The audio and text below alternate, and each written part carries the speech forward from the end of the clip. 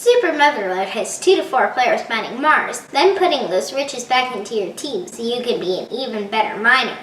Let me show you how it all works. Before that, I wanted to tell you that Roxley provided this copy in exchange for an honest review. Put the Depth 1 board in the middle of the table.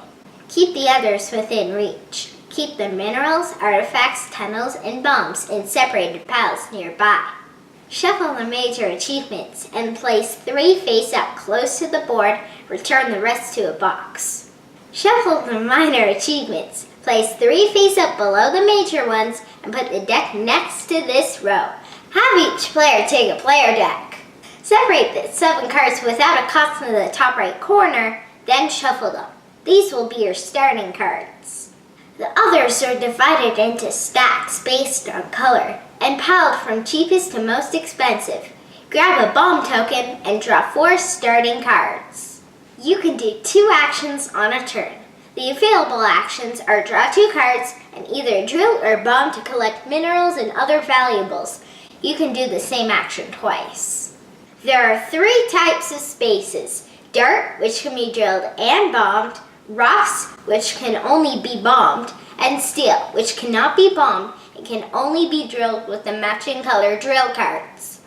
To drill, play as many matching colored cards as you like. Wild drills can be any color. Drill exactly that many spaces in a straight line. Place the matching amount of tunnel tokens over top of your drill path. Collect all the items you covered up. Tunnels must start from the surface or connect to an existing tunnel. They can go up, down, left, or right as long as they're straight. They cannot go off the board and they cannot start from another tunnel's corner, although there's a special ability that ignores this. To bomb, play a red card, discard a bomb token, and cover the area that matches the pattern on the lower left. Red cards can drill too, so don't worry if you're out of bombs. Bombs are the only way to blast through rocks unless you have a special ability, and like drilling, you'll collect all the covered items. Bombs cannot be played unless the full pattern can be placed on the board. In other words, if the tunnel would go over the edge of the board or go over an existing tunnel, you cannot bomb. As you collect riches, you'll choose a card pile and place the tokens on top. Tokens from a single drill or bomb action cannot be split across cards. In other words, you may end up spending more than the cards cost. Once a card is bought, get the action shown at the bottom, then put the card in your discard pile. Eventually, you'll have this more powerful card in your hand. At the end, these upgraded cards will account for the victory points in the bottom left corner. The major achievements are fairly straightforward. Get a certain number of cards and collect this. Don't replace the major achievement when claimed. Minor achievements, which are tied to gameplay, like digging on tunnels, are replaced once completed.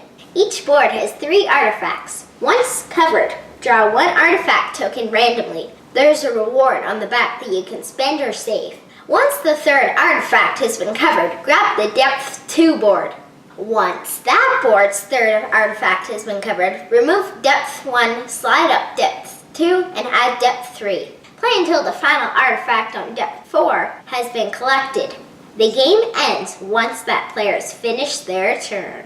Play cards, collect valuables to buy better cards, and don't forget about those artifacts and achievements. That's Super Motherload. Your first game might be around 90 minutes. After that, 60 to 70 minutes. Once bagged and separated, setup and takedown is about 5 minutes total. The way the board sits, plus player decks and areas, tokens, and so on, this should be played on rectangular tables. It's not huge though, so something similar to a picnic table would work. There's a fair amount of math. Buying your cards, end scoring, and figure out the value of gems. There isn't a lot of reading, but there are symbols and icons to remember. Some 8-year-olds can play, but I guess the average 9-year-old will be better at the game. I played a 2-player game against Grandma, and it was back and forth the whole time. She grabbed the 3rd board's last artifact and gave 3 points at the end.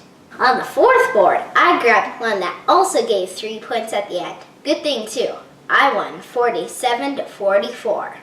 I like the fun challenge of maximizing my turn while making sure I didn't put the other players in a good position to help them. Very few deck builders have a board, and I'm not sure if any of players buying from private decks rather than a large pool. And a card game you can't draw unless you spend one of your 2 actions? Harsh! This makes for a very unique and cool game, at least to me. Those variable decks mean you have an idea, but don't fully know what other players are buying. Maybe after 15 to 20 games, you know every single card in every deck. As for the board, you won't be able to get those upgraded cards, ones that give you an instant bonus, more actions, victory points, and a shot at an achievement, unless you're a smart digger. The balance of these 2 parts is really smart, and my favorite part of the game. If you have analysis paralysis, AP means you freeze when you need to make decisions. Skip this. Either that, or the other players will get really frustrated. The turns zip by normally, but sitting there because of the amount of choices isn't fun for anyone. Despite my story earlier, I wouldn't recommend this if you're only playing with 2. This game is better with 3 and best with 4.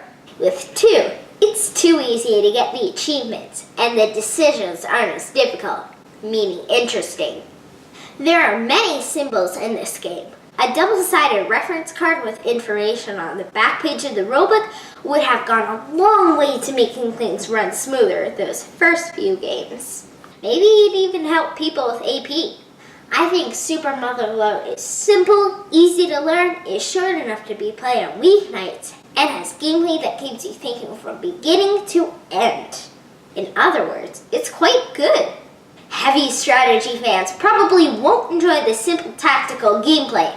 Beginners might be overwhelmed by their choices, although they'll shrink after each turn. An expansion or 2 could go a long way toward hooking more gamers. More boards with odd layouts, a race mode that seems how much you can earn in a set amount of time, teams and team battles, like Bomberman. There's a lot of options. So get on that, Roxley. Help fans like me go from like to love.